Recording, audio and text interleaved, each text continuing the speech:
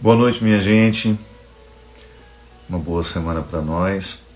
Hoje eu gostaria de estender um pouquinho a reflexão que fiz sobre o Evangelho do dia.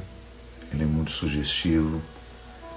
Uma passagem em que Jesus fala da necessidade de nós vivermos o desapego para viver o discipulado.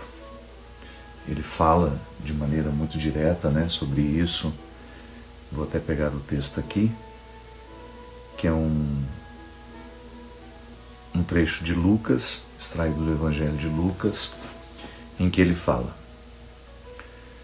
Se alguém vem a mim, mas não se desapega de seu pai, sua mãe, sua mulher e seus filhos, seus irmãos e suas irmãs, e até da própria vida, não pode ser meu discípulo. Quem não carrega a sua cruz e não caminha atrás de mim, não pode ser meu discípulo. Com efeito, qual de vós, querendo construir uma torre, não se senta primeiro e calcula os gastos, para ver se tem o suficiente para terminar? Caso contrário, ele vai lançar o alicerce e não será capaz de acabar. E todos os que virem isso, começarão a caçoar, dizendo: Este homem começou a construir uma torre e não foi capaz de terminar. Ou ainda, qual é o rei que, ao sair para guerrear com outro, não se senta primeiro e examina bem se com 10.000 homens poderá enfrentar o outro que marcha contra ele com 20.000? Se ele vê que não pode, enquanto o outro rei está longe, envia mensageiros para negociar as condições de paz. Do mesmo modo, portanto, qualquer um de vós, se não renunciar a tudo que tem, não pode ser meu discípulo. Esta é a palavra da nossa salvação. Eu sei que a cultura do desapego não faz parte da nossa vida. Aliás, nós ocidentais temos quase que um movimento muito contrário, a gente entende que desde muito cedo a gente foi educado para alcançar, para acumular, para conquistar.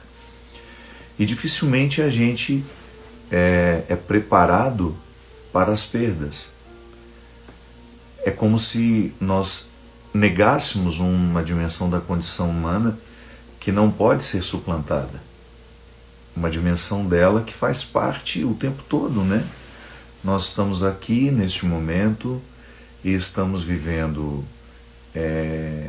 um processo de ganho.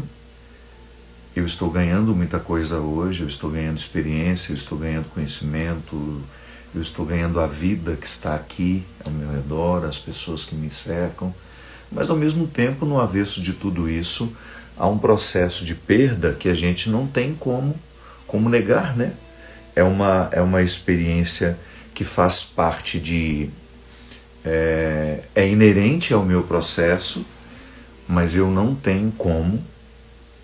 Vou desativar aqui só para a gente, depois eu abro para a gente conversar e trocar umas ideias. Mas é um processo inerente que eu não tenho como evitar. Hoje eu estou deixando de ser também quem eu fui.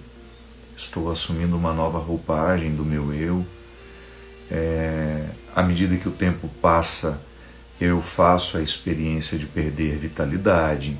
Claro, durante um período da nossa vida, a gente nem percebe muito essas perdas, A gente vai notar isso à medida que o tempo passar, e nós vamos sentindo as debilidades que o tempo vai trazendo. Claro que a gente acumula outras coisas também, mas necessariamente a gente vai viver um processo de decadência, é uma palavra muito forte, mas a gente vai decair nas nossas destrezas, a gente vai deixar de ter a mesma visão, a gente vai perdendo o equilíbrio. Claro que existem formas de nós retardarmos ao máximo essas perdas, mas o fato é que é inerente ao processo humano o deixar de ser. Mas a gente parece que não... A gente sabe, mas a gente não é muito consciente disso no dia a dia. O pedido de Jesus no Evangelho de hoje, que a gente precisa se desapegar, ele é muito interessante porque o Evangelho, do início ao fim, você sempre vai ter uma postura de Jesus motivando a busca daquilo que em nós não passa, daquilo que em nós pode ser perene, aquilo que em nós continua. O desapegar-se dentro do cristianismo é essencial. O viver desapegado é uma proposta existencial dificílima de ser assumida, porque a gente está acostumado ao apego. Quando uma pessoa chega à nossa vida e a gente gosta imediatamente dela, é muito natural que a gente se apegue a ela. Quando você traz um filho ao mundo, você se apega ao filho que você trouxe. Eu não sei se a vida humana é possível fora da experiência do apego. Não sei se alguém, o mais evoluído espiritualmente que esteja, seja capaz de compreender a morte de uma pessoa amada, por exemplo, como algo natural. Não, a gente aprende isso a duras penas. É muito doloroso perder. Por quê? Porque quando a gente ama, o primeiro movimento do nosso amor é de um apego quase que desordenado. Ontem, na oportunidade de celebrar uma missa lá em Viçosa, comemorando os 50 anos da instituição Unifenas, eu falava sobre isso, porque a gente pregou esse evangelho. Eu falava que como é difícil no processo de ser pai e mãe, como é difícil identificar o rosto do amor que a gente precisa oferecer aos filhos, o formato do amor que nós precisamos dar ao filho que a gente trouxe ao mundo. Porque se a gente não cuida, se a gente não tem sabedoria na lida com esse amor, a gente vai amar com excesso de proteção que é absolutamente saudável nas primeiras fases. Quando você traz uma criança ao mundo, o seu amor por ela precisa se manifestar de forma muito radical. Você cerca aquele ser humano com todos os cuidados possíveis e imagináveis. Por quê? Você sabe que ali existe uma indigência radical, absoluta. As primeiras fases da nossa vida, elas são marcadas pela total indigência. Eu não sou capaz de sair do meu berço e buscar o alimento da minha fome, o cobertor do meu frio, a água da minha sede. Não. Alguém tem que fazer isso por mim. E eu sou cercado por pessoas que me socorrem nessa indigência e me amam de forma muito protetora. Agora, à medida que o tempo vai passando, que a gente vai crescendo e a gente vai assumindo alguma autonomia, é natural que aqueles que nos amem nos incentivem a sair da comodidade de receber tudo, não é? Imagina se um dia aqueles que nos educaram e nos amaram nessas primeiras fases da vida não nos motivassem a sair de nós. Nós talvez hoje estaríamos emocionalmente doentes, inábeis, né? Incapazes,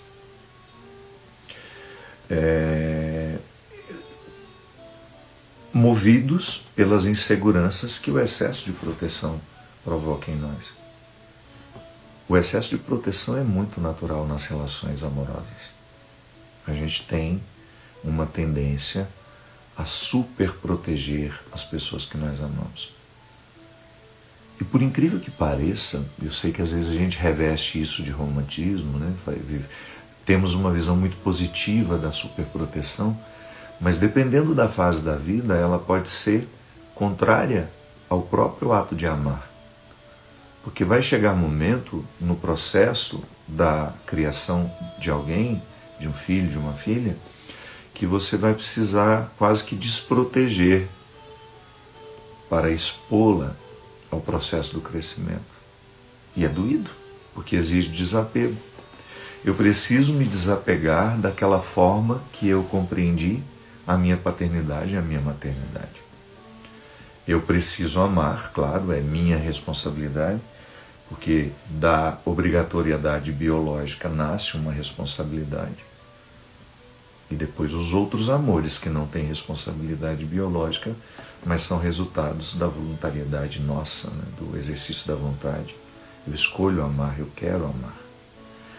Mas ali existe uma necessidade de me desapegar das formas antigas. Eu sei que muitos de nós fomos terrivelmente machucados por pessoas que nos amavam muito e nos amavam tanto, tanto, tanto que nos desprotegeram no momento errado.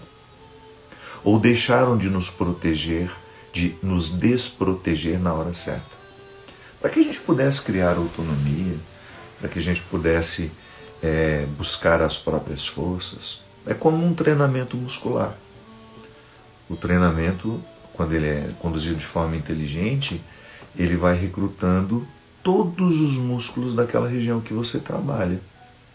O exercício convencional talvez vá recrutar apenas alguns. Um exercício pensado, com uma periodicidade, você vai buscar exercitar todos eles. Aí ganha força, ganha volume, você fica uma pessoa mais resistente. Emocionalmente é a mesma coisa. Quando nós somos estimulados ao treino certo, a gente cria autonomia. E essa autonomia é a grande responsável por nós nos tornarmos depois capazes de assumir a vida, as responsabilidades que nascem naturalmente de ser quem somos. Mas se aquela pessoa que é responsável pelo amor não se desapega na medida certa, né? Porque o desapego ele tem exigências diferentes. Eu, por exemplo, eu fui muito apegado à minha mãe, ao meu pai, aos meus irmãos, mas quando eu entrei para o seminário, eu precisei viver um pouco isso do que Jesus me disse. Num primeiro momento, um rompimento físico. Eu não habitava a mesma casa que meus irmãos e meus pais. Isso foi terrível, vocês não fazem ideia de como isso é na cabeça de um menino de 16 anos, que foi quando eu entrei. Era extremamente doloroso deixar de morar no quarto com os meus irmãos, que eu tinha, como minha referência, meu mundo, e passar a ficar num dormitório com 60 rapazes da minha idade. Por mais que a gente tentasse transformar aquilo numa família, era difícil para mim. Eu estava acostumado com aquele núcleo familiar e de repente eu não estava mais ali. Eu precisei me desapegar. Eu precisei reconfigurar o meu conceito de família, eu precisei reconfigurar o meu conceito de lar, eu precisei transformar o seminário na minha casa. Eu achava interessante que o Padre Maurício, que foi o meu primeiro reitor, Maurício Leão, ele é de uma sabedoria, um homem que eu gostaria de ter por perto, assim, para ouvir sempre. Eu me lembro que ele começava a corrigir a nossa linguagem. Quando nós íamos de férias para a casa dos nossos pais, a gente tinha o hábito de dizer, vou para casa, passar férias em casa. Ele nos aconselhava, tenta modificar essa linguagem. Diga que vocês vão para a casa dos pais de vocês, para que vocês comecem a internalizar que aqui é a nova casa. Então, quando eu vou para a casa do meu pai e da minha mãe, eu tenho a tendência de dizer que estou indo para a minha casa, mas não, só por uma questão pedagógica, para eu praticar a regra do desapego, eu começo a dizer, eu estou indo para a casa do meu pai e da minha mãe, porque agora minha casa é outra. É igual quando você se casa. Você deixa de dizer, vou para casa, vou almoçar lá em casa. Não, você vai dizer, eu vou almoçar hoje com os meus pais na casa deles. A sua casa é outra, você construiu uma família. Você precisou se desapegar daquele espaço físico que até então era o lugar da sua identificação. Pode parecer bobo isso, né? Mas é assim que a gente vai vivendo o desapego. E eu me lembro que depois, à medida que o tempo foi passando, eu fui precisando descobrir outras formas de viver o desapego, que talvez seja o mais difícil, que é o desapego emocional. Quando nós moramos dentro da mesma casa, quando você respira os mesmos problemas o tempo todo, você acaba vivendo uma confusão conceitual, que é de achar que o problema do outro também é seu. Tá? A gente foi educado para pensar assim. E eu concordo que o problema do outro, de alguma forma, seja meu também. Mas tem que haver uma diferenciação. Porque isso é pretensioso. Às vezes eu não dou conta nem dos meus problemas, como é que eu vou dar conta do problema do outro junto com os meus? E eu também corro o risco de, quando eu faço o problema do outro ser inteiramente meu, ele abre mão daquele problema e ele acaba julgando ele em cima de mim. Então eu preciso me desapegar, que é uma forma inteligente de ver e de pensar. Ele tem problema, mas ele é o primeiro responsável pelo problema que tem. Não é justo que eu, no exercício da minha autonomia, tendo também problemas e precisando cuidar deles, eu tenha que entender de forma tão equivocada que o problema dele é inteiramente meu. Não. Eu participo do problema dele, mas o problema dele é dele, da mesma forma como o meu problema não é dele. E de vez em quando, a proximidade, o vínculo de amor que existe entre nós, de respeito, vai fazer com que eu carregue um pouco mais a cruz dele do que ele, nos momentos da fraqueza, nos momentos da debilidade. Isso é exercício de amor, mas não pode ser o tempo todo, né? E começar a entender isso foi muito difícil para mim, porque é interessante, minha gente, a gente não percebe, mas nós temos muita pretensão dentro de nós. Às vezes nós temos aquela pretensão de que nós somos capazes de tudo. Não é bem assim. E quem vai nos desmentindo é a vida. Quando você vai vendo que você é capaz de muita coisa, eu sou capaz de muita coisa, mas eu também não sou capaz de muita coisa. E não é nenhum problema assumir isso. A debilidade está em mim, a debilidade está em você. Então eu me desapego da pretensão de que eu dou conta de tudo, inclusive de resolver o problema dos outros. Não, não dou. E como foi difícil. E eu me lembro que, na minha experiência pessoal, minha gente, foi extremamente doloroso. Foi. Reconhecer isso. Outro dia, eu abri uma caixa, que foi uma coisa que minha mãe guardou durante muito tempo. E foi tão doloroso abrir aquela caixa. Porque naquela caixa estão, inclusive ela está aqui, eu olho para ela e não tenho muita coragem de mexer. Naquela caixa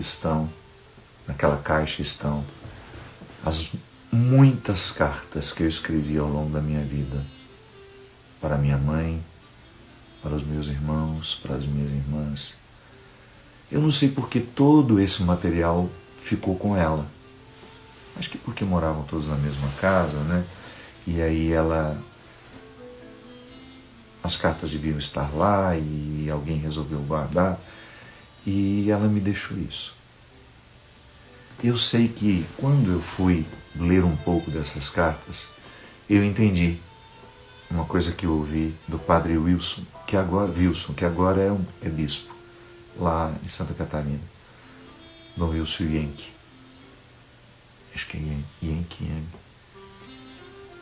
Ele foi um homem muito importante na minha vida, porque ele me fez, talvez ele nem saiba disso, talvez eu nunca tenha tido oportunidade de dizer isso a ele. Ele é psicólogo, formado numa linha da psicologia muito voltada à vida religiosa, à vida sacerdotal.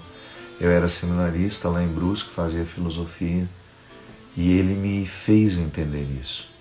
Eu tinha uma ligação muito doentia com a minha irmã, a Cida, que faleceu, porque todos os problemas da Cida eram muito mais meus do que dela. Eu assumia tanto os problemas dela que eu não conseguia ser feliz. Acho que vocês já me ouviram falar nisso, né? Eu tenho uma melancolia natural, eu nunca fui uma pessoa muito extrovertida. Tudo isso que em mim é extrovertido, é para fora, foi resultado de esforço. Eu não sou naturalmente assim.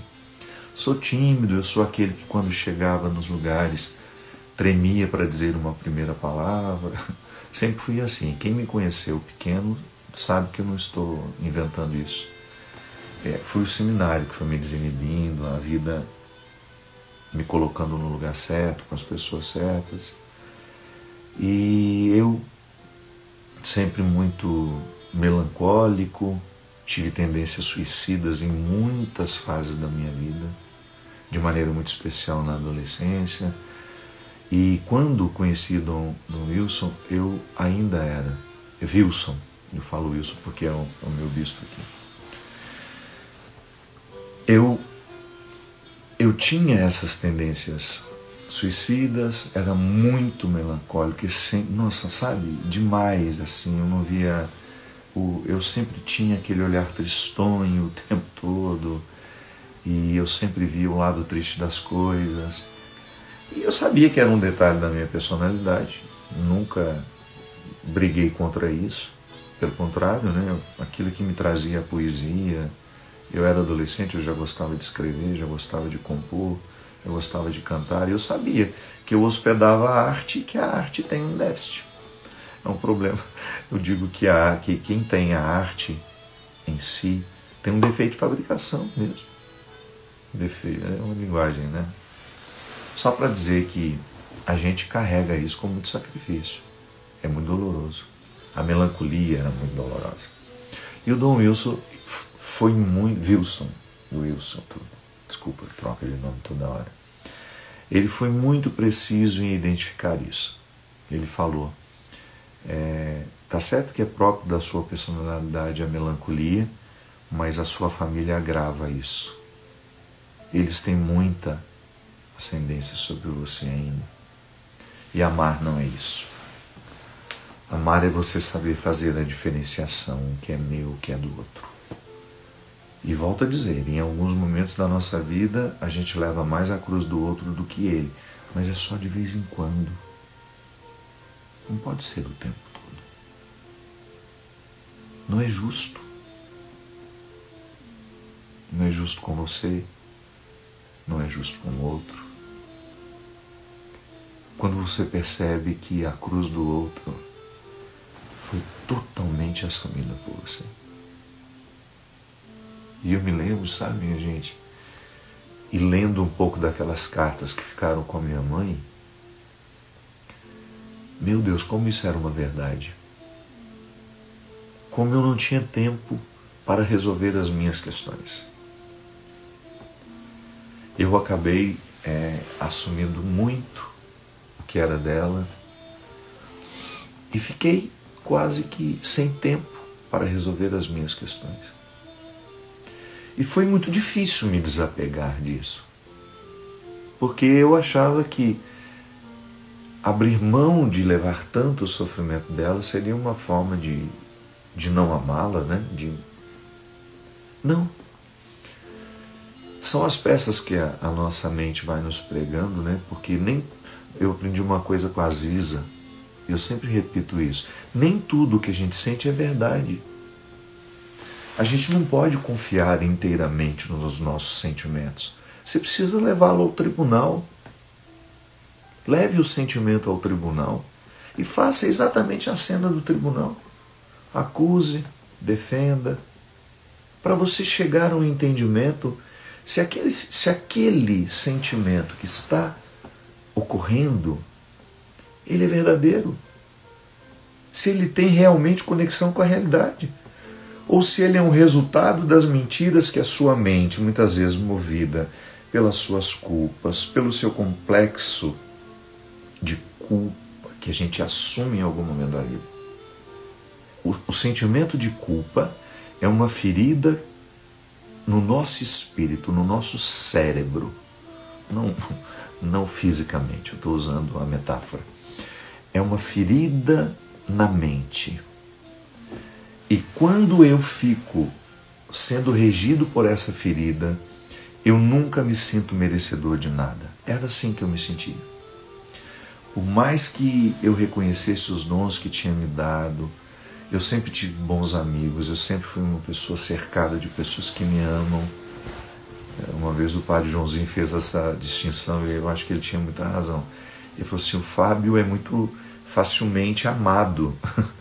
É da personalidade dele, ele provoca amor onde ele passa, ele tem facilidade de ser amado. E ele precisa aprender a amar, porque quem às vezes é muito amado tem dificuldade de amar. E ele tem razão, eu sempre fui muito amado pelos meus amigos, eu sempre tive amigos muito fiéis, eu sempre tive pessoas que dariam a vida por mim, eu tenho, não posso reclamar. Mas sempre existia aquela tristeza que não me permitia desfrutar do status quo que eu desfrutava, que eu havia conquistado. Aí esse complexo de culpa que muitas vezes nos coloca assim como que irresponsáveis no momento que você se desapega do outro e diz: eu vou continuar te amando, mas eu te amo com uma certa distância. E infelizmente vou ter que diminuir os nossos encontros, vou ter que diminuir os nossos acessos. Quando ele disse isso, claro que ele não falou dessa forma, né? Ele só disse assim: escreva menos, saiba menos. Talvez ela acorde. E realmente, ele tinha muita razão. Claro que sempre fica a culpa. Depois que ela morreu, depois que ela deixou de estar aqui, neste mesmo lugar que eu, sempre me ocorre a culpa. E eu acredito que vocês que estejam comigo agora, que já viveram situações diferentes, sabem, né? Quando alguém vai embora da nossa vida de forma definitiva, inalterável, é impressionante como nós encontramos motivo para a gente se culpar.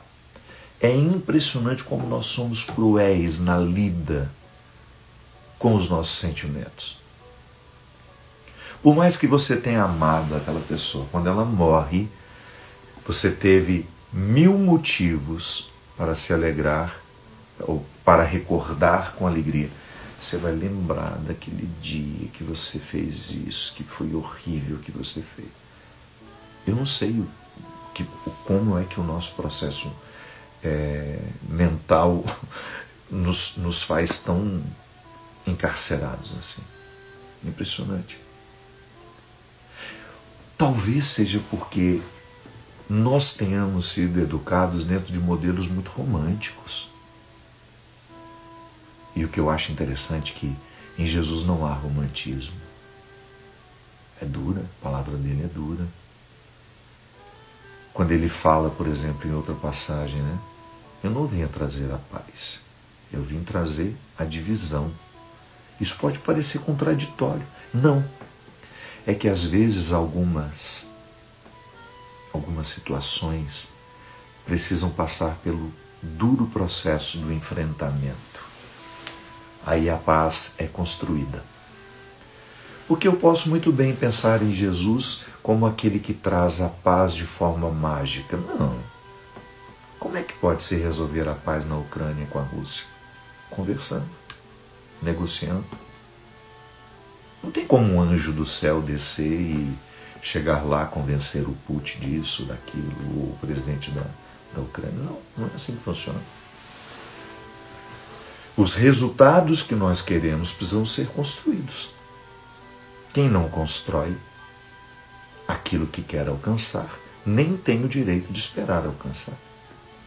Então, quando Jesus diz que ele veio trazer a espada, ele diz: eu vim ensinar vocês que a paz é o resultado de uma negociação. Dentro das nossas casas, nós não estamos acostumados a viver a negociação e o enfrentamento.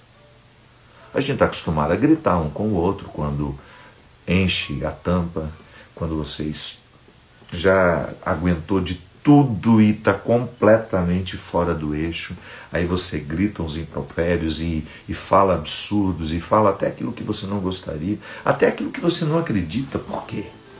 Porque a gente não tem o hábito de fazer o enfrentamento, que é o desapego. É aquela experiência que você vai fazer de dividir as funções. Por isso que eu digo, em Jesus não há romantismo. O que ele quer de nós são posturas inteligentes, posturas refletidas, que nos façam entender o nosso processo humano. Gente, nós não somos anjos. Muito embora alguns pregadores gostem desse discurso angelical e transformar o evangelho numa coisa que a gente escuta até acha bonito, mas fala, não, mas isso não tem nada a ver comigo. Quantas vezes eu escutei pregações assim? Eu, no dia em que Deus fez sentido para mim, que Ele me envolveu com todas as minhas ambiências, eu falei, opa, o que este Deus quer de mim, como dizia Guimarães Rosa, é coragem, determinação, lucidez, coragem inclusive de perder. Eu sei que muitos discursos cristãos que a gente escuta por aí associam Deus a um senhor que fica atrás de um balcão negociando graças, né? E dando a quem merece, a quem paga o dízimo, a quem faz isso, a quem faz aquilo, a quem tem boas ações. Em Jesus a gente não vê isso. Às vezes transformam o cristianismo numa outra coisa que não tem nem mais Jesus na origem. Em Jesus o que nós temos? Quando ele tem os amigos ricos dele, aquela festa bodas de Caná, por exemplo, quando ele vai à casa de alguém, ele sempre diz que é preciso saber ter. Ele ensina o despojamento aos que têm e também aos que não têm. Porque às vezes a gente pensa ingenuamente que o desapego somente os ricos precisam viver. Não. Às vezes eu, na minha condição de pobre, eu me apego à minha pobreza e a transformo numa forma de chamar a atenção dos outros e de querer a atenção dos outros o tempo todo. Eu lido com isso em mim o tempo todo, as minhas indigências, não só materiais, né? Eu já fui muito pobre materialmente, eu sei o que inclusive quase que não ter o que comer em casa. Uma fase muito difícil da nossa vida, a gente comia arroz e taioba. E estava tudo certo. Sofrido, sofrido. Eu sei o que é não ter. E depois, hoje, eu sei também o que é ter, inclusive com a possibilidade de ajudar a minha família, as pessoas que eu amo, as pessoas que eu não conheço, mas que eu sei que precisam da minha ajuda. Então, há muitas formas de fazer a coisa, a viver essa experiência, de conhecer aquilo que é em mim uma realidade a ser transformada. Eu preciso me desapegar do que eu tenho para que o que eu tenho não me tenha, como eu dizia no texto de hoje, né? Mas eu também posso me apegar ao que eu não tenho. Olha como é estranho isso e parece contraditório, né? Às vezes eu não tenho, invejo o que o outro tem e vivo a minha vida inteira orbitando em torno desta inveja que eu sinto. Aí o que eu preciso me desapegar? Do que eu não tenho, que é do outro. Eu não tenho. Por que eu quero ter? Para ser parecido com o outro? Para ter a visibilidade do outro? Não, não posso. Eu tenho que descobrir o que eu posso ter e construir a minha história a partir do que me é possível. Até do que eu não tenho, eu preciso me desapegar. Às vezes eu vivo apegado ao que eu não tenho, o que eu gostaria de ter, e perco um tempo precioso da minha vida. Inclusive, aqui você pode colocar as relações amorosas. Aquela pessoa por quem você tem uma obsessão. Ela nem sabe que você existe, mas você tem obsessão por ela. E você imagina uma vida com ela. Desapegue-se disso. Ou aquela pessoa que você gostaria de ter a amizade dela e você bajula, bajula, bajula, bajula, bajula. E ela não está nem um pouco interessada em você. E não é problema. Simpatia não se compra. Quem disse que todo mundo tem que gostar da gente? Quem foi que inventou essa história que nós precisamos ser amados por todos? Também é uma necessidade de me desapegar. me desapegar da pretensão de ser amado por todos. Não sou. Não serei. Nem Jesus o foi. Nem Jesus foi. Então eu preciso me desapegar da ideia de que aquela pessoa precisa me dar atenção, de que aquela pessoa precisa me ouvir, que aquela pessoa precisa namorar comigo, de que aquela pessoa precisa se casar comigo. Não. Essas coisas a gente não determina pelo outro. Ou o encontro acontece e as partes se realizam, ou não. Então eu tenho que ficar sondando a minha vida para perceber o que na minha vida é um apego. O que na minha vida é uma realidade que eu precisaria soltar, sabe?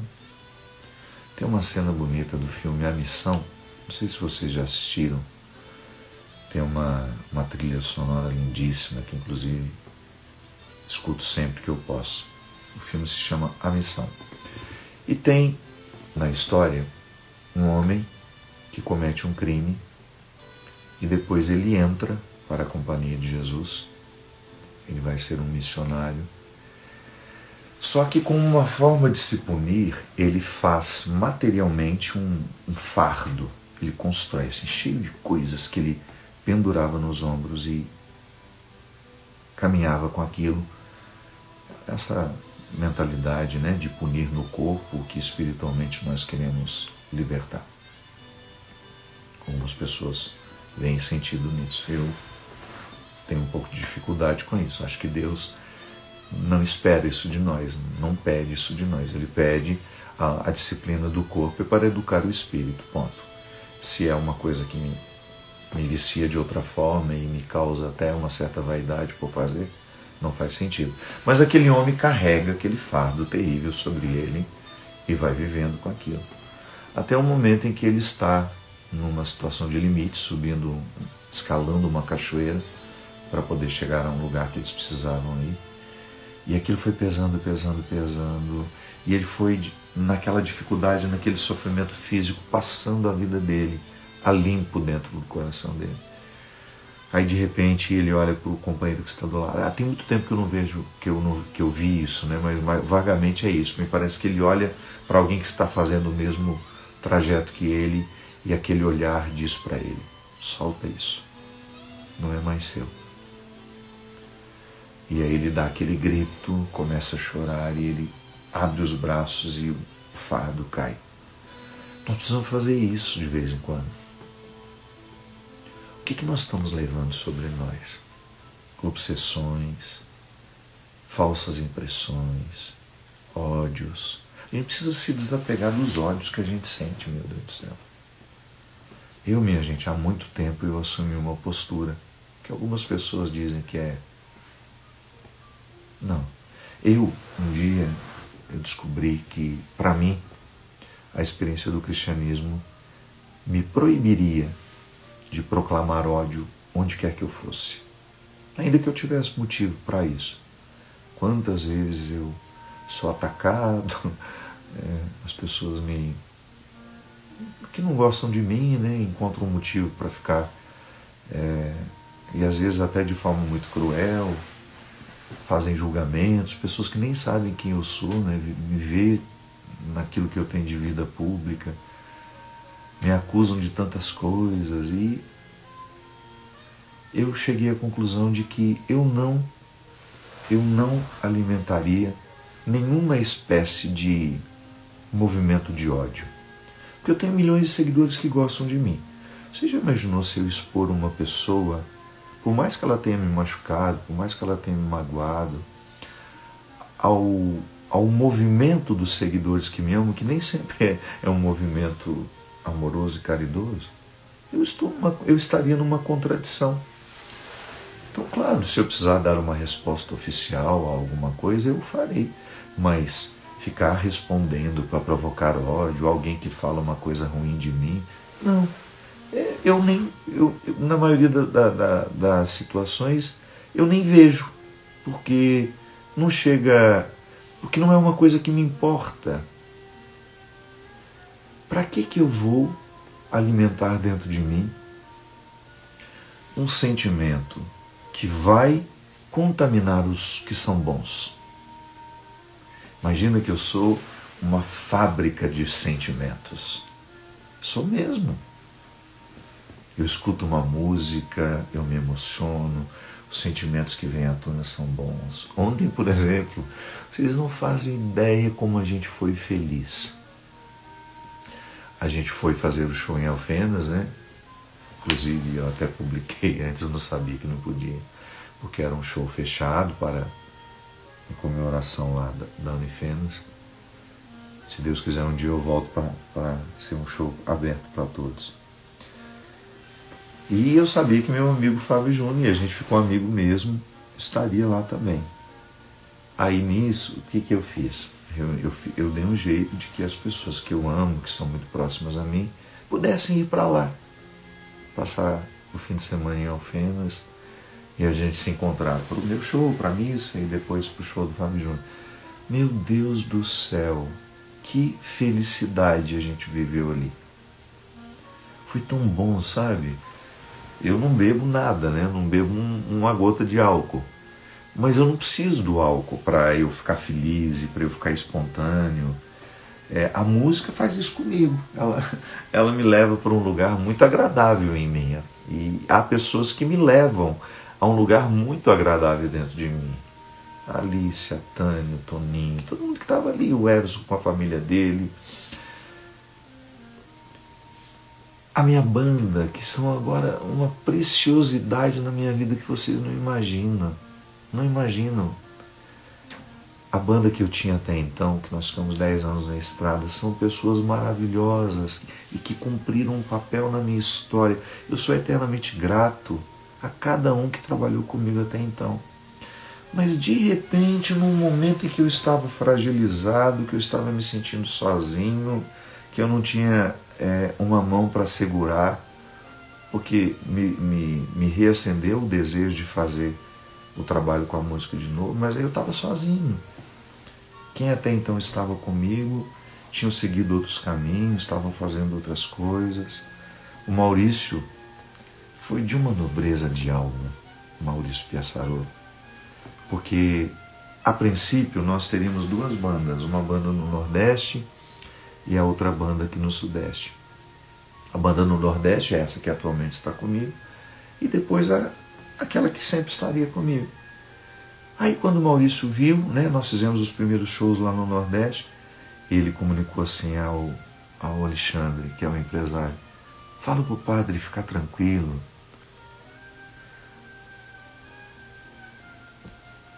para ele fazer os shows que vão ter no Sul com a banda do Nordeste. O Maurício nunca disse assim: ai, perdi o meu lugar. Não. Ali eu descobri o tanto que aquele menino é grandioso. Quando ele disse pro Alexandre que não tinha problema para ele. Ele se desapegou. A gente tem que se desapegar, porque senão a gente não ama. Eu me desapego da função que eu tinha porque eu te amo. E você está seguindo de outra forma agora, com outras pessoas. Não é que se despreza o que existiu antes, não. A gente abre o coração para receber os que estão aqui agora. E é assim que a gente avança. Eu estava dizendo, né, a gente tem dificuldade de se desapegar de tudo. A gente se prende ciosamente às pessoas, às situações. Isso vai virando um fardo sobre nós. Que a gente tem dificuldade de virar a página, a gente tem dificuldade de se dar uma nova oportunidade. É difícil, minha gente. Não estou dizendo que é fácil para mim, não, é difícil. Viver o desapego. Entender, eu não preciso ser amado por todos. Nem todo mundo vai querer a minha companhia. Nem todo mundo vai querer a minha amizade. Nem todo mundo vai escolher andar ao meu lado, nem todo mundo vai gostar da minha música, nem todo mundo vai querer ler os meus livros, nem todo mundo vai querer participar das minhas celebrações, nem todo mundo vai querer estar comigo neste momento, participando daquilo que eu promovo. Está tudo certo. Eu preciso me desapegar dessa pretensão e das muitas pretensões que são próprias da vida. Eu preciso aprender a perder. E olha que eu já perdi muito na vida. Se eu não aprender, pelo amor de Deus. O dia que eu perdi a minha irmã, Heloísa, que morreu num acidente trágico, eu pensei, meu Deus do céu, eu acho que eu nunca mais vou sentir uma dor tão pungente quanto essa. E é que agora eu falo com você, que também experimentou isso em algum momento da sua vida. Quando morreu alguém na sua vida que você pensou, eu não vou suportar. Ou eu não tive absolutamente nada, nem parecido com essa dor. E aí você perdeu. E aos poucos você foi superando. Aos poucos você foi entrando num novo entendimento. Aos poucos você foi compreendendo que faz parte. E que há dentro de nós algumas regiões que só as perdas nos fazem conhecer. Aos poucos você vai entendendo que se você se desapega e você deixa o outro partir. Eu tenho uma música, ela é muito pouco cantada. Eu gravei no CD Filho do Céu e gravei também agora no último que eu fiz com a canção nova, que é Deus Cuida de Mim. Acho que o CD chama assim. Procure e escute depois. Chama-se Perdas Necessárias. Ela foi inspirada num livro com o mesmo nome, de uma autora chamada Judith Vioster, que eu li, eu nem era padre. Perdas necessárias. Aqueles processos naturais. Você precisa se desprender da sua juventude. Tem gente que não está deixando a juventude passar. Tá certo? Vamos nos cuidar com aquilo que dá. Vamos fazer o que pode fazer para se manter mais jovem, mais saudável.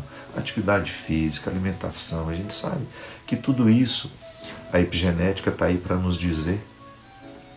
A epigenética que se esmera por entender a manifestação genética, aquilo que nós temos com o estímulo a vida, né? O estilo de vida. Como é que o meu estilo de vida interfere na minha genética? A epigenética estuda a interferência do estilo de vida na genética. Aí então eu sei que eu tenho uma propensão a ter doenças cardiovasculares. Tá bom, meu pai teve, minha mãe teve, meus avós tiveram. Eu sei que eu estou aí com quase 90% de possibilidade de ter. Aí o que eu vou fazer? Eu vou viver de forma adequada para que eu não estimule nascer a bomba que está dentro de mim. Agora, se eu viver acendendo o pavio da bomba, comendo comida gordurosa, me entupindo de açúcar, não fazendo nenhum movimento com o corpo para exercitá-lo, um aeróbico que seja, uma corridinha, uma volta na praça, o que vai acontecer? A genética vai falar mais alto e eu vou certamente desenvolver o problema cardiovascular. O estilo de vida, ele pode nos dar até mais de 10 anos de vida. A maneira como nós vivemos pode sim dificultar a manifestação daquilo que geneticamente nós temos. O estilo de vida nos salva, ou o estilo de vida também nos condena, nos mata. Eu preciso me desapegar o tempo todo para o entendimento do que eu sou. Preciso me desapegar do tempo que eu não tenho mais, dessa juventude que já foi. Já sou um jovem senhor. E desfruto dos benefícios deste tempo, da maturidade que a idade me trouxe. Mas não posso ficar inimigo da minha idade. Eu não posso ser inimigo do meu estado atual. O meu estado atual, ele me proporciona isso, ele me dificulta aquilo, e está tudo certo. Eu sobrevivo. Eu perco o tempo todo. Eu estou perdendo desde que eu entrei na vida. E vivi perdas que eu olhei e falei assim, eu não vou suportar. E a gente suporta. Ontem, lá em Alfenas, a Cristiane foi ao camarim e falou comigo que há 9 anos, todo santo dia, ela canta o refrão daquela música que eu fiz para a Adriana. Quando a solidão doeu em mim, quando o meu passado não passou por mim, quando eu não soube compreender a vida, tu vieste compreender por mim. Quando os meus olhos não podiam ver, tua mão segura me ajudou a andar. Quando eu não tinha mais amor no peito, teu amor me ajudou a amar. Quando os meus sonhos vi desmoronar, me trouxeste outro para recomeçar. Quando me esqueci que era alguém na vida, teu amor veio me relembrar que Deus me ama, que eu não estou só, que Deus cuida de mim quando fala pela tua voz e me diz coragem. Pronto, aí a Cristiane falou para mim, padre, perdi minha filha num acidente e há 9 anos, todo santo dia, eu canto essa música. Porque este refrão me faz lembrar que Deus me ama e que a coragem vai me ajudar a atravessar o momento.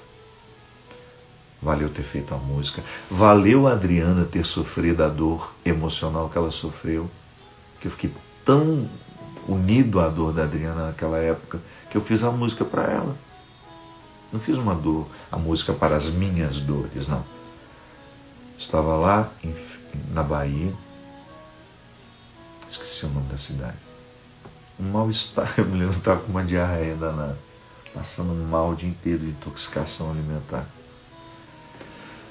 E aí, no quarto daquele hotel, naquela solidão, naquela época a gente não conseguia alterar nada da vida que estava programada, né? Era muito cruel aquilo.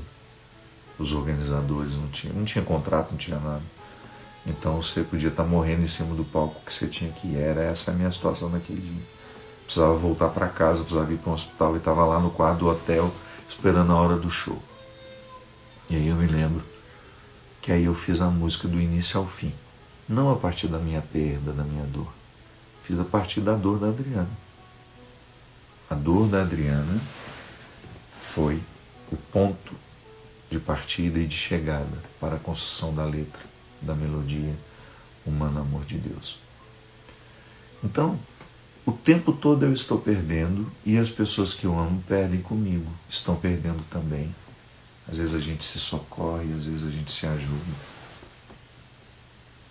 Eu preciso perder, preciso aprender a perder. Para que quando eu precisar perder, eu possa encurtar um pouquinho o tempo da recuperação. Quando eu estou apegado demais, a minha mãe para mim sempre foi uma lição nesse aspecto, sabe? Porque minha mãe foi uma mulher que amou muito, mas ela não prendeu ninguém, nunca. Minha mãe nunca prendeu filho. A gente está tocando até uma música de Natal. Pelo amor de Deus, deixa esse Papai Noel escondido um tempo. Quero ver a cara dele por enquanto não. Estamos em setembro já, né? Jesus amado. Parece que foi ontem. Uma vez eu tive um surto natalino, não sei se vocês já tiveram esses surtos, de sair para comprar uma árvore de Natal. Pois é, eu vi uma árvore na casa da Jaque, minha amiga lá em Belo Horizonte. Eu tive um surto natalino e coincidiu que eu tinha uma viagem para Orlando. A gente ia ter um show lá, uns shows. Menina, eu entrei dentro daquela loja de Papai Noel. Tem uma loja lá naquela região de Natal que fica aberta o ano inteiro e tocando aquelas músicas de Natal o tempo todo lá dentro. Eu lembro que isso era junho, julho, uma coisa assim. E eu fui enchendo os carrinhos, fui enchendo os carrinhos. De repente, minha gente, eu tinha comprado uma árvore de quase 5 metros de altura. Como aquilo chegou no Brasil, como aquilo chegou aqui, isso tem muitos anos já, tem uns 10 anos. Eu não me lembro mais como chegou. Eu sei que fizemos tudo certinho, transportadora, pagamos o imposto, tudo, e a árvore chegou. Meu Pai de misericórdia, aí para montar aquela árvore, vocês não fazem ideia. A gente ficou tudo espetado. Ele começou de manhã e foi até no final do dia. A Teca, coitada. Você olhava para ela, parece que ela ia ser uma baiana no salgueiro, de tanto glitter que tinha nela. A Tânia. Todo mundo coberto de purpurina. Aí eu me lembro que a casa, por onde você ia, aquele inferno daquele brilho grudado em tudo. Até nos olhos da Santa, eu me lembro que um dia eu encontrei um brilho daquele. Veja, nem a Nossa Senhora, coitada, escapou do excesso do brilho. E aí eu me lembro que aí foi aquela penúria, aquele tempo todo. A árvore lindíssima, parecia uma árvore de shopping. Aquela árvore linda que dava assim gosto de olhar para ela. Mas parecia que ela soprava o brilho dela para todo lado. Aí pronto, passou o Natal. Quando chegou a hora de desmontar aquilo, vocês não fazem ideia. Outro sofrimento. E aí, nunca mais montei. Então, deixa o Papai Noel quieto aí. Me desapeguei da árvore. Me desapeguei da ideia de que deveria ter uma árvore de Natal. Uma coisa também, para a gente já terminar, uma coisa muito necessária na nossa vida é a gente ter mais critério para aquilo que a gente deseja. Eu sei que a vida humana é impossível fora da pulsão do desejo, né? A gente não vai contrariar o que as ciências que nos entendem dizem sobre nós. Mas também na proposta de Jesus há uma coisinha que parece tocar a questão do desejo. Desejar é extremamente perigoso. Porque o desejo nos mobiliza, né? Ele nos mobiliza para aquilo que é bom, mas nos mobiliza também para aquilo que é ruim. Quando eu desejo, todas as minhas pulsões estão ali. Quando eu desejo alguém, quando eu desejo algo, quando eu desejo um posto, quando eu desejo um cargo, e o poder tem muito isso, né? Como é perigoso a gente ficar submisso àquilo que a gente deseja. Deseje, não tem problema, é isso que nos mantém vivos. Mas seja dono do seu desejo e não servo dele. Que às vezes você pode passar por cima dos outros, você pode se prejudicar porque o seu desejo está na inversão, está absolutamente fora de ordem. Você que deveria comandar o desejo, você ter um ponto aí, sei lá, como é que chama isso em nós, né? Consciência, alma, espírito, superego, tem tantos nomes. Eu acho tão interessante os múltiplos saberes, né? Como todos eles querem entender a mesma coisa. Como é que na nossa vida nós podemos identificar a gerência do desejo? Quem é que pode ordenar esse desejo? Eu, que sou cristão, que acredito em Deus, eu digo que quem gerencia os meus desejos é o próprio Deus que está em mim. Quanto mais eu estiver limpo daquilo que é maldade, coisa ruim, mais acesso eu tenho ao conhecimento da verdade. Aí o meu desejo fica em consonância com a verdade. Eu passo a desejar aquilo que de fato me diz respeito. inclusive com uma sabedoria prévia. Não é prever o futuro, mas é de ter mais ou menos uma intuição do que de fato aquele desejo vai provocar. É justo o que eu desejo? É justo gastar a energia com esse desejo? Ou eu preciso me desapegar? Como eu dizia, desapegar-se de obsessões que temos, de pessoas, né? Que a gente se vicia em pessoa igual a gente se vicia na cocaína. Um perigo. No dia, conversando com a Beatriz Barbosa, ela me falava isso. Pessoas são tão viciantes quanto cocaína, maconha, LSD, essas balas que as pessoas usam para entorpecerem a alma. Tudo em nós precisa ser monitorado, senão a gente fica desgovernado. E o Evangelho de hoje é claro. Se eu não me desapego, eu não posso viver o discipulado. Tá certo, mas você fala, mas eu não sou cristão, não quero ser parecido com Jesus. Mas você precisa ser fiel a si. Eu quero ser discípulo de Jesus. Eu quero ser bem parecido com Ele. Estou longe, mas quero. Eu admiro Jesus. Eu quero ter os mesmos sentimentos que Ele. Eu quero ser um homem sem preconceito como Ele foi. Eu quero ser um homem amoroso como Ele foi. Eu quero ser um homem pacífico como Ele foi, trazendo a espada para o enfrentamento, olhar nos olhos daqueles que precisam assumir os seus lugares na minha vida e na delas. Eu quero ser capaz de criar a divisão necessária para aquilo que me diz respeito, aquilo que diz respeito ao outro. Eu quero. Então, a mim interessa, sim, fazer aquele processo que um dia eu precisei fazer, de sair da minha casa, me desapegar da geografia da minha infância, assumir o mundo como lugar meu. Cada fase da minha vida eu morei num lugar. Então eu aprendi a me desapegar. Claro, eu amo este lugar onde eu estou, o Vale do Paraíba. Não troco isso aqui por nada. Esse meu canto do mundo me faz muito feliz. Mas eu sei que é temporário. Tudo é temporário. Se por acaso eu precisar ir, partir, deixar, eu preciso estar preparado para isso. Porque eu quero ter esta postura que o Evangelho de hoje me sugere. Me sugere desapego, me sugere resignação, simplicidade. Não posso querer conciliar o cristianismo de Jesus. Há muitos aí outros que são conciliáveis. Eu não posso conciliar o cristianismo de Jesus com os excessos. Então, até aquilo que eu tenho não pode me ter. Aquilo que eu tenho precisa ser para multiplicar na vida dos outros. Alegrias, felicidade. Como ontem, aquele show do Fábio Júnior, aquelas músicas que a gente sabe cantar todas de cor, aqueles amigos reunidos e eu com a nítida percepção de que aquele momento estava valendo a pena. De que eu não trocaria absolutamente nada nem ninguém.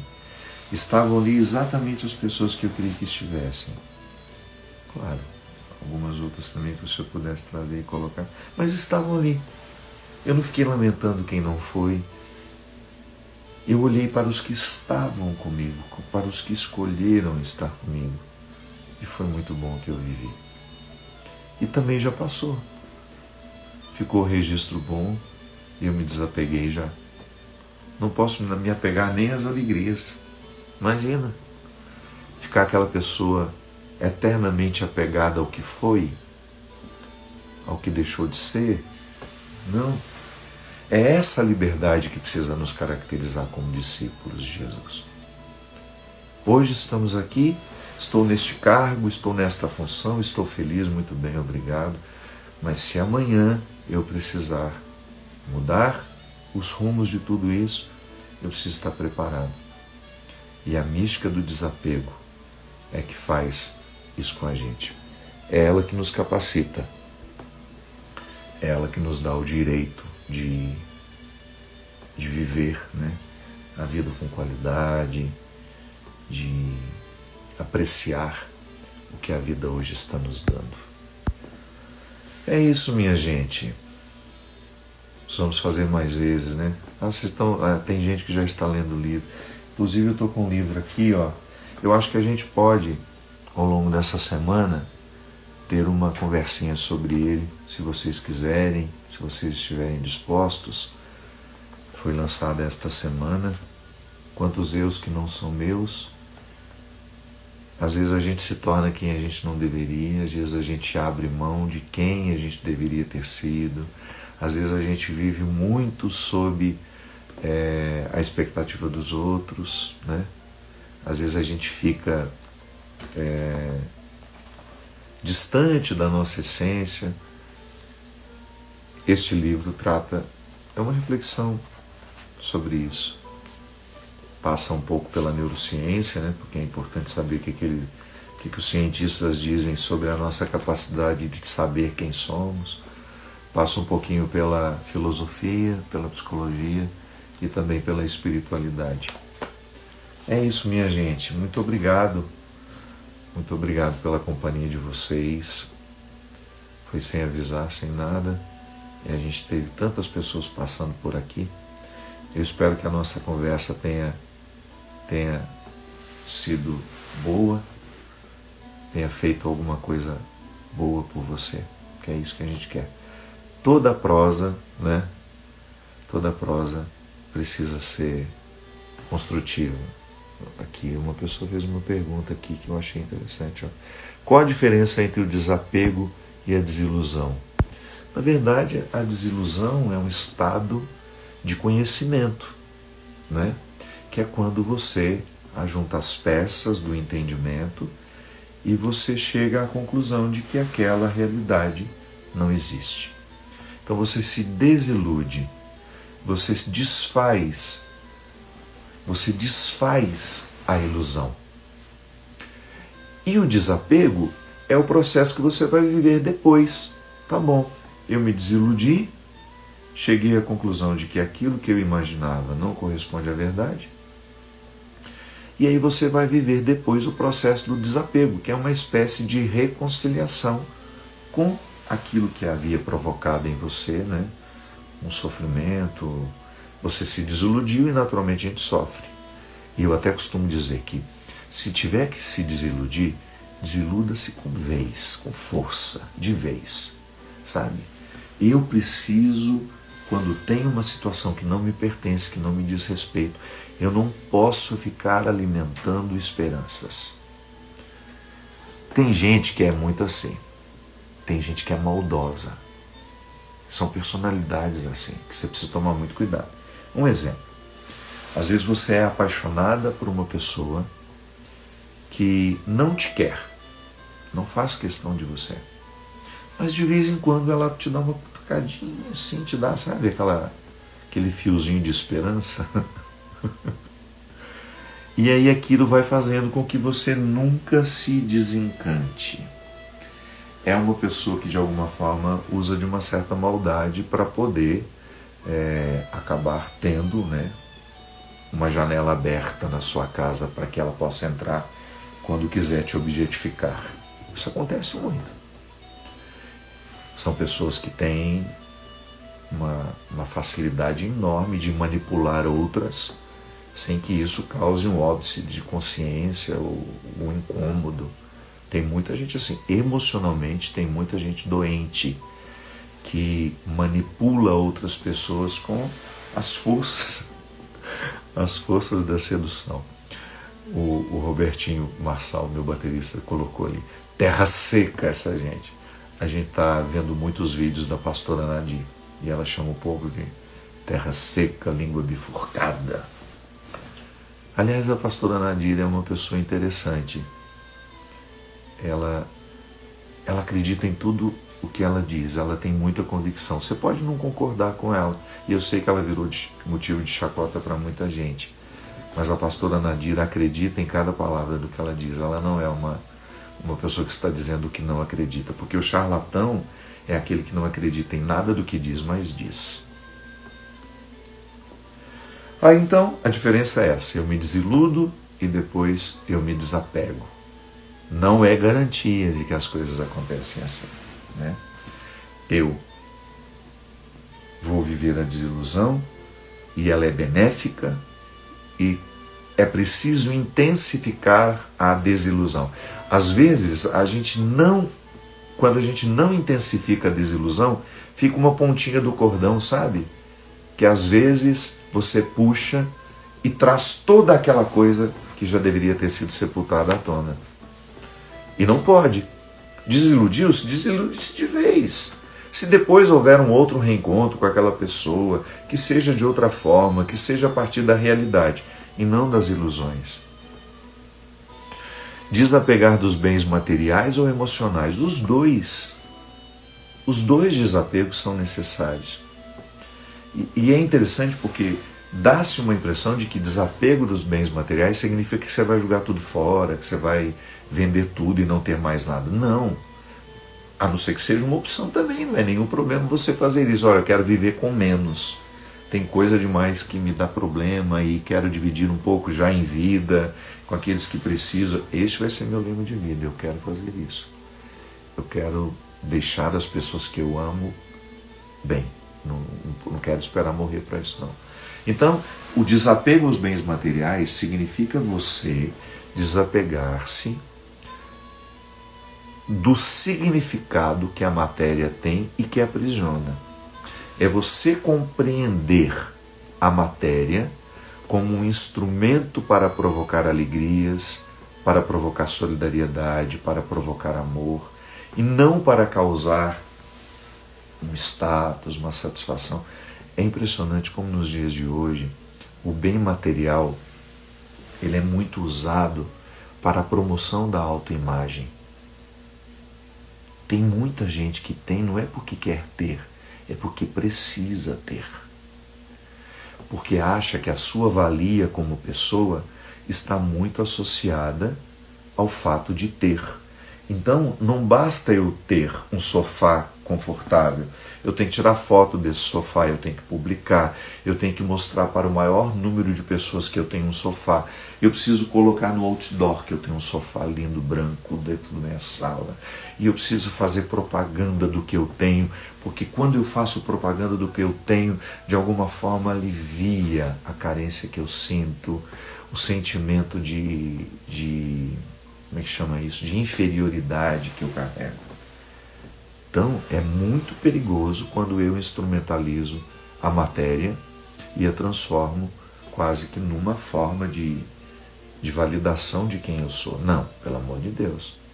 Aquilo que nós temos materialmente, resultado do nosso trabalho, que não seja resultado do roubo, do engano, da injustiça, da corrupção, resultado do seu trabalho, você trabalhou por isso. Você acha que Deus não abençoa o resultado do seu trabalho? Pelo amor de Deus. Deus abençoa tudo que nós colocarmos diante dos olhos dele. E ele vai nos ensinar a ter. É por isso que, quando eu faço o exercício de entender o valor do que eu tenho, aquele que eu tenho não me aprisiona, ele me liberta. Agora, quando eu não compreendo o valor do que eu tenho, ele me aprisiona. E dificilmente eu vou saber usufruir o que tenho.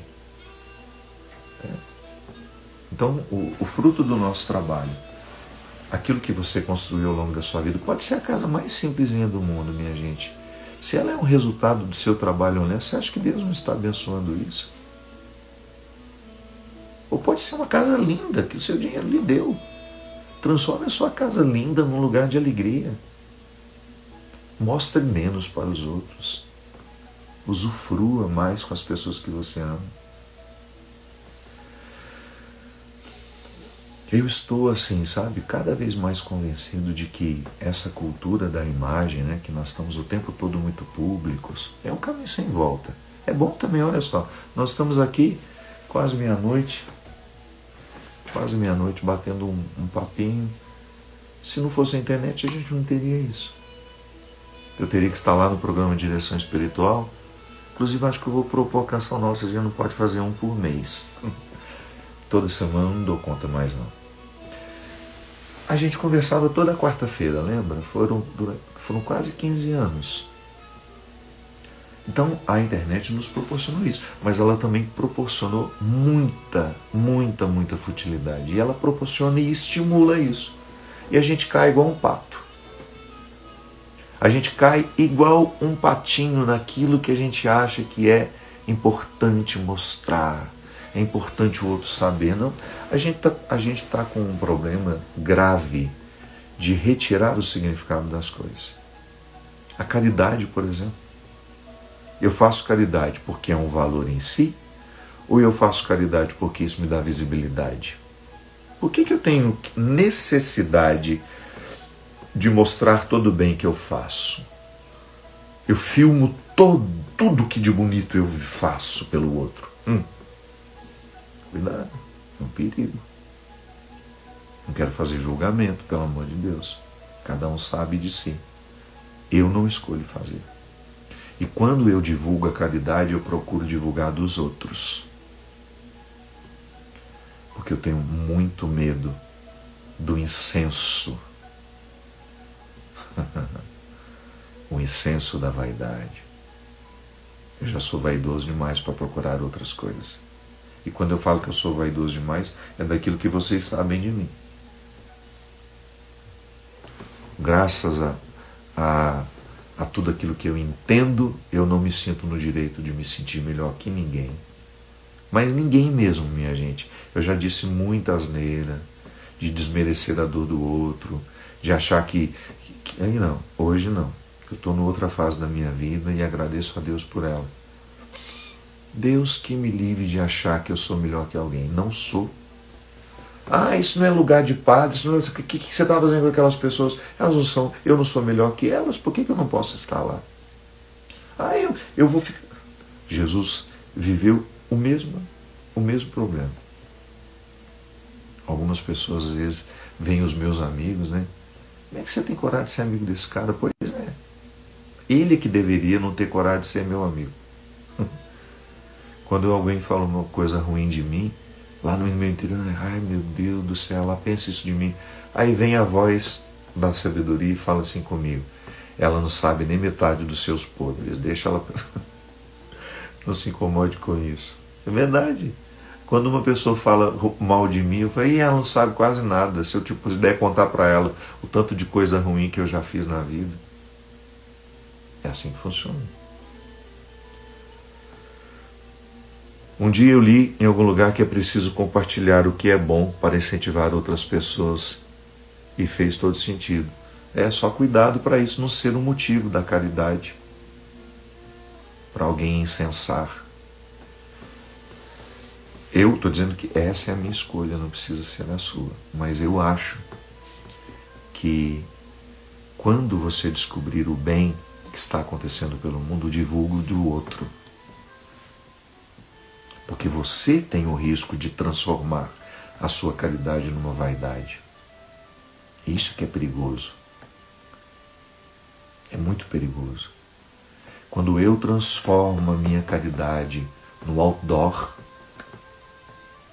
eu corro o risco de perder boa parte dos benefícios que ela me trouxe. Agora, quando eu vejo a caridade da Vó Tutu, por exemplo, que está lá na Brasilândia, aquela comunidade pobre em São Paulo, fazendo pães para a multidão, pobre, dando talvez o único alimento daquelas famílias. Aí eu ponho a Vó Tutu em todos os outdoors que eu puder, eu darei a ela toda a visibilidade do mundo.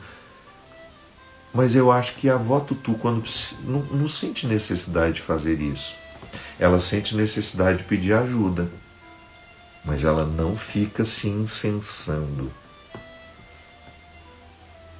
Perigoso, não é? É um caminho difícil. Viver é muito perigoso, minha gente. E não tem fórmula pronta não, viu? Se você não quiser acreditar em nada do que eu disse, está tudo certo também. Você vai construir a sua verdade.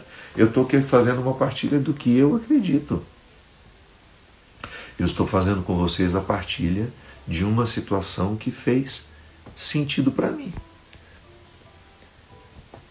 Agora você vive de outra forma, tem outro entendimento. Se talvez para você não faz mal fazer propaganda da sua caridade, eu continuo achando que eu prefiro divulgar a caridade do outro. Prefiro colocar a obra de Maria aqui. Olha que trabalho lindo que eles fazem na África, que trabalho lindo de evangelização. Olha o trabalho lindo que a Canção Nova faz. Mas e você, padre? Eu estou fazendo o que preciso fazer naquilo que me diz respeito.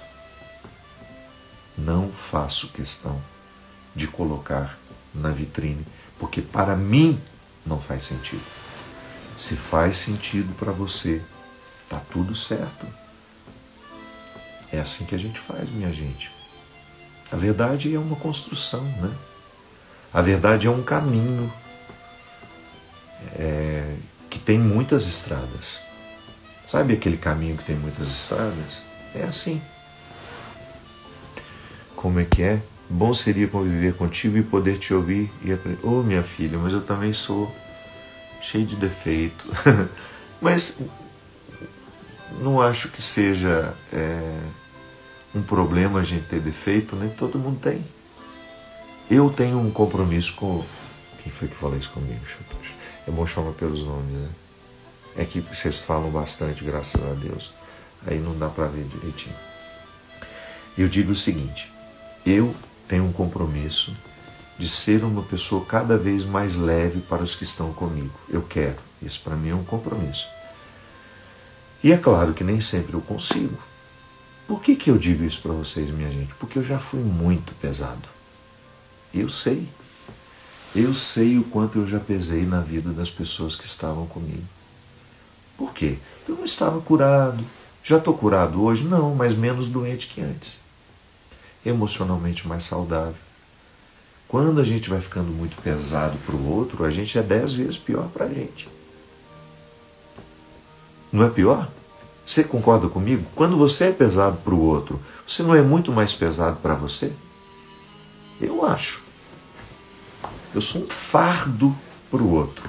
Pode ter certeza que eu sou 10 vezes mais fardo para mim. Por quê? Porque sou eu que convivo comigo. Ou você acha que o meu fardo pesa só para o outro? Não. O meu fardo pesa muito mais para mim do que para o outro. Imagina se eu faço um estrago no outro, o estrago que eu faço todo mês. Sabe por quê? Peso emocional é energia. Peso emocional é descarga de hormônios dentro de você. O tempo todo.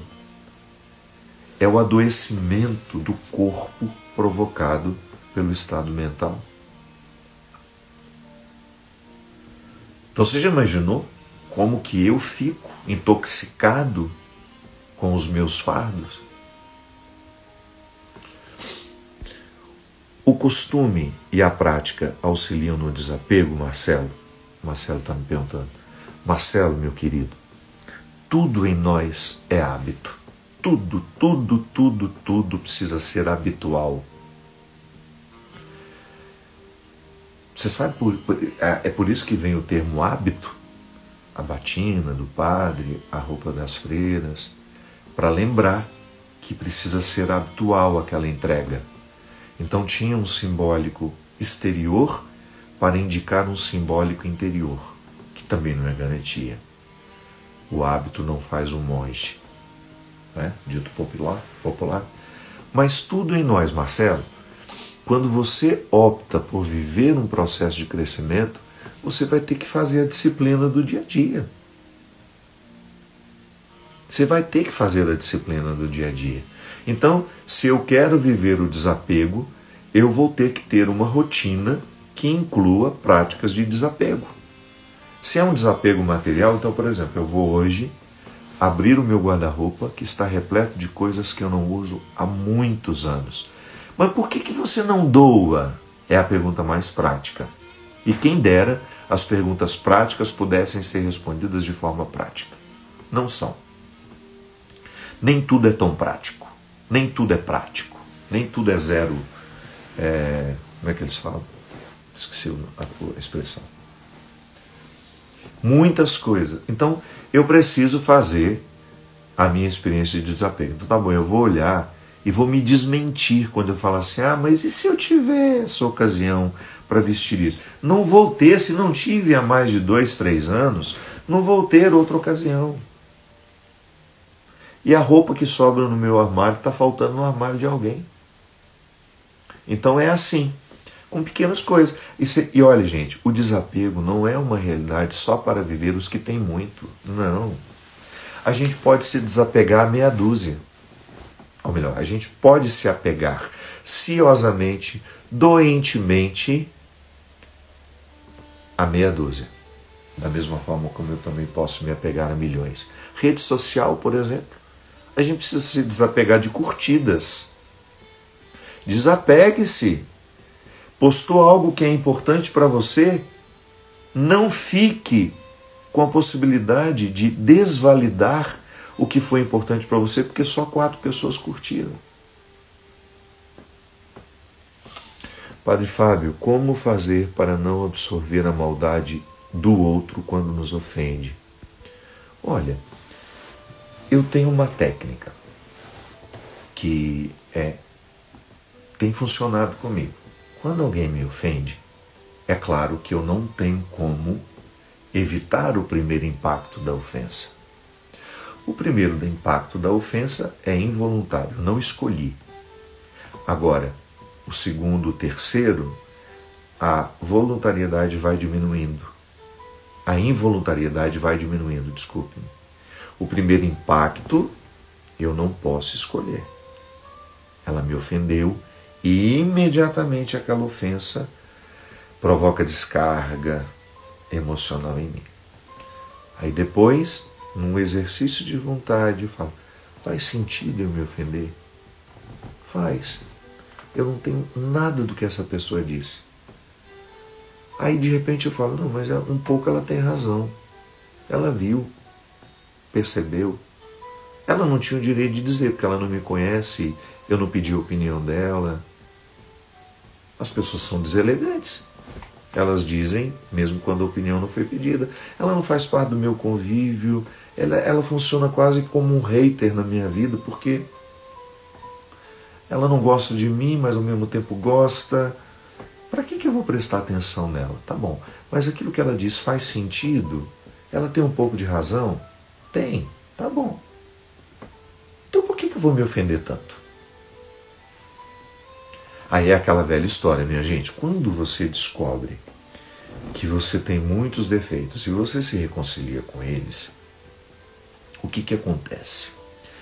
Você começa a entender que nem tudo poderá te ofender. Porque muito daquilo que os outros dizem está intimamente ligado à sua verdade, só que você não gosta de ouvir. Mas por que se ofender com aquilo que você não gosta de ouvir? Não é mais fácil você ouvir e dar um pouco de razão àquele que está dizendo e usar daquilo que o outro disse como um caminho que você pode trilhar para tentar corrigir um pouquinho daquilo que ele acusou? Então até o inimigo pode ter um papel positivo na sua vida. Até o inimigo pode contribuir para o seu crescimento. Inimigo nada, né? Porque inimizade é quando você aceita o vínculo. Eu nem conheço, não tenho vínculo nenhum, então nem minha inimiga ela é. Ela não é nada. Mas pode ser que uma opinião de alguém que não é nada na sua vida possa fazer sentido para você. Então, a ofensa, vamos recapitular. O primeiro resultado da ofensa é involuntário, não tem como escolher. Acontece, me invade, eu sinto. Depois, o segundo movimento já pode ser mais voluntário. Eu posso escolher sentir. É aquele momento que você analisa, que você faz uma reflexão sobre o que foi dito e você vai chegar a entender se aquilo que ela diz tem motivo para te ofender ou não. Na boa parte das vezes, minha gente, não faz sentido se ofender. porque nós somos todos iguais, os nossos defeitos são muito parecidos. E aquele defeito que ela está acusando em você é porque ela vê nela o tempo todo também. É que a gente não tem coragem de dizer. A gente não tem coragem de dizer.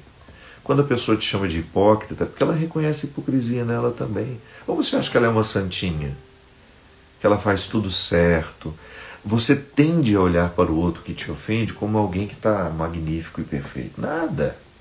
Todo mundo é igual. Todo mundo é igual. Deixa de bobagem de achar que você é pior que os outros. Você pode ter detalhes da sua personalidade que dificultam mais. Mas todo mundo que fica dizendo o que quer, sobretudo aqui hoje, né? Essa coisa de comentários abertos. Isso é a mesma coisa que você abrir a sala da sua casa e dizer: olha, vem aqui e gritem o que vocês quiserem.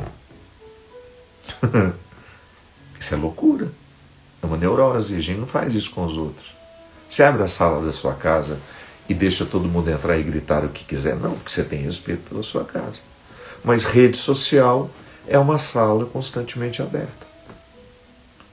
A gente está convivendo com isso. Padre, onde que estão os ensinamentos de Jesus Cristo nas suas palavras, as citações bíblicas? Ô meu querido, quem que é? Samuel. A gente começou com o Evangelho, não sei se você chegou só agora, mas nós falamos de Jesus o tempo todo. É que quando a gente fala de Jesus, a gente fala de nós também. Quando a gente fala de nós, a gente fala das ciências que nos entendem. A Bíblia não pode ser descontextualizada. A palavra de Jesus é existencialista, sabe?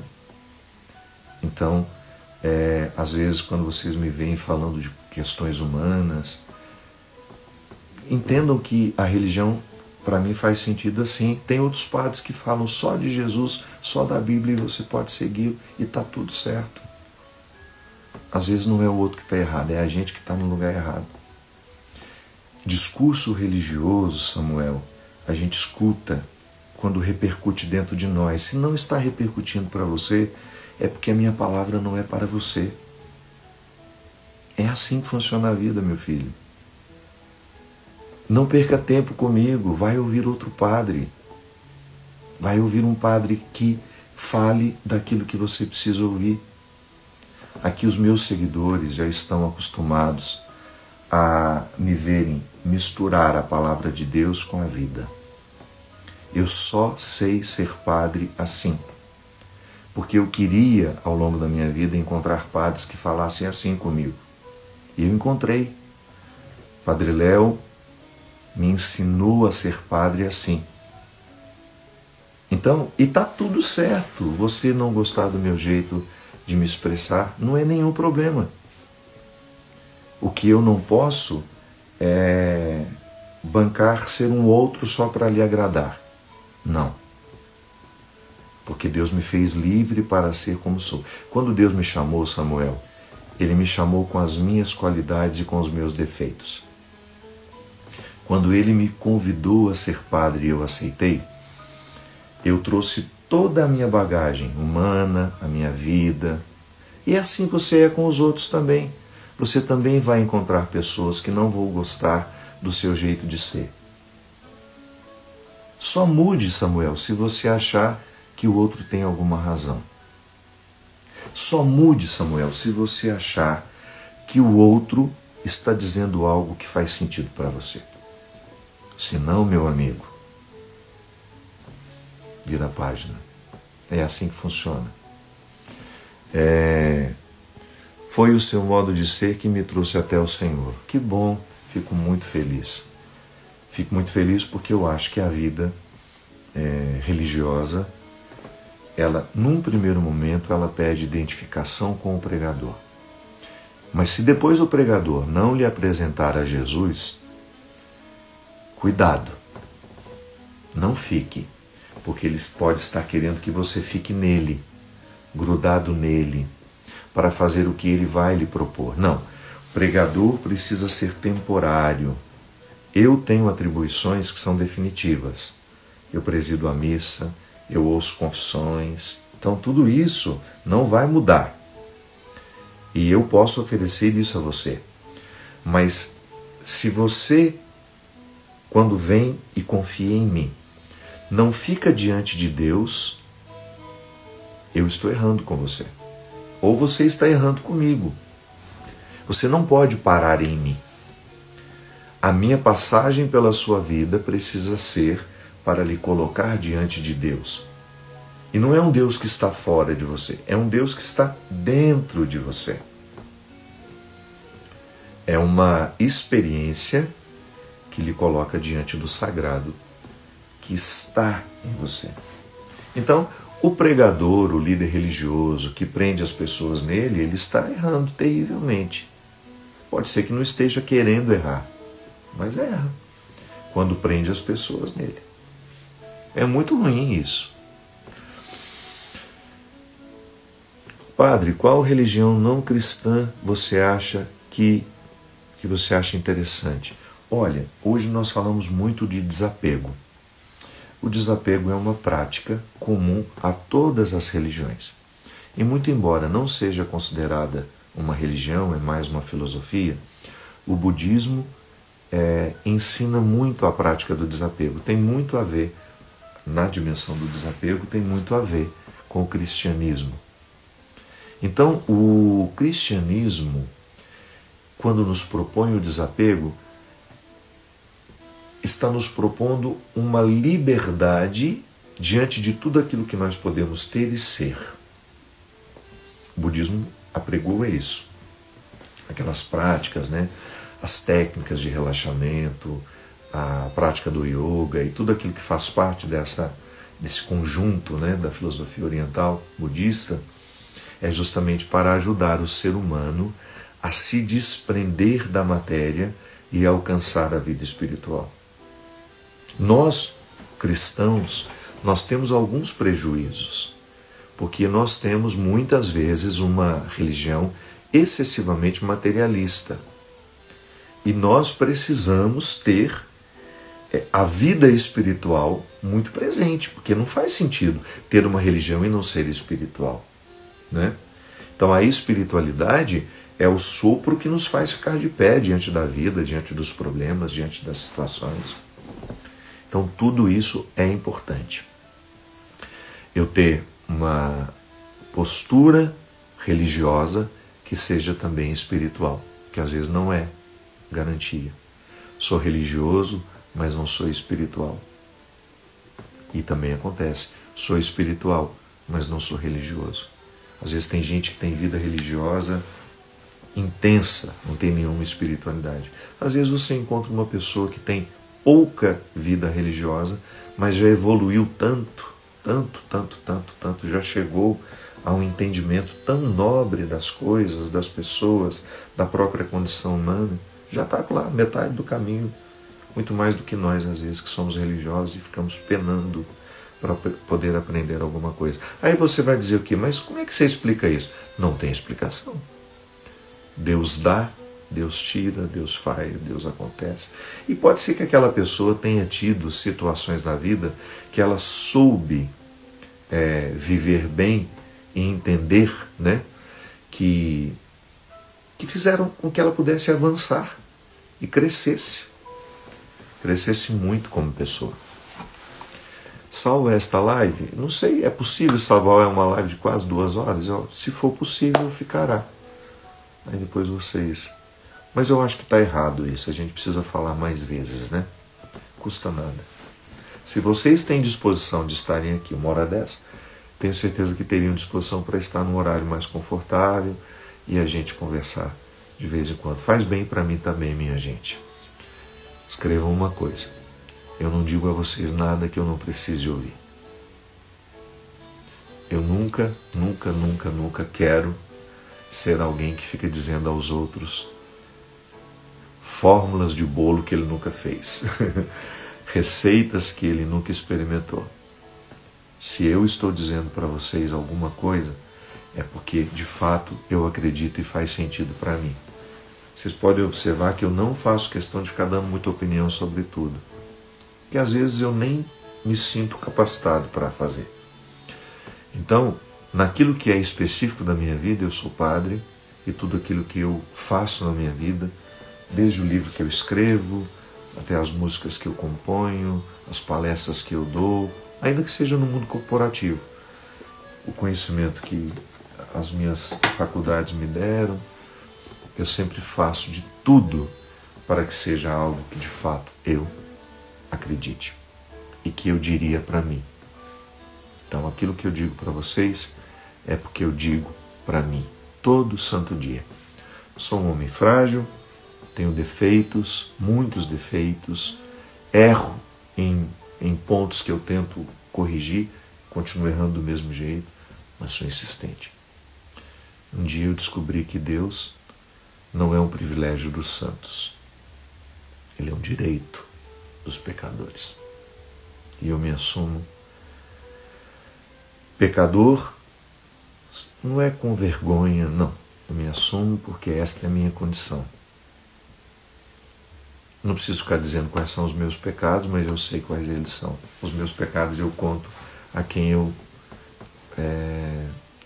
confio, preciso desabafar. Não acho que ficar contando os pecados publicamente possa nos salvar de alguma coisa. Às vezes pode até banalizar a própria experiência. Também não tenho medo deles, são meus. Tento superar no dia a dia, né? E é isso. Muito obrigado pela companhia de vocês, viu? Muito obrigado mesmo. E a gente, inclusive dia 6 de setembro, a gente vai ter uma live, eu acho que deixa eu ver o horário que é, com meu querido Marcos Montenegro. Se você quiser assistir, Marcos é um grande agente de artistas no Brasil, trabalha muito a formação do artista, e escreveu um livro sobre isso. E aí a gente vai ter às 20 horas no dia 6 de setembro. Tá bom? E qualquer coisa a gente aparece aqui para a gente conversar um pouquinho mais. Obrigado, minha gente, que nós tenhamos, né? Uma semana abençoada, uma semana de muita qualidade, que nós tenhamos uma semana de luz, de paz, que você leve a paz por onde você for. O mundo está conturbado, as pessoas estão muito odiosas, e se a gente entrar neste movimento, a gente se perde. Não sejamos o que o movimento quer que a gente seja. Façamos a diferença. Vamos bloquear o ódio onde a gente puder. Obrigado, minha gente. Fiquem com Deus.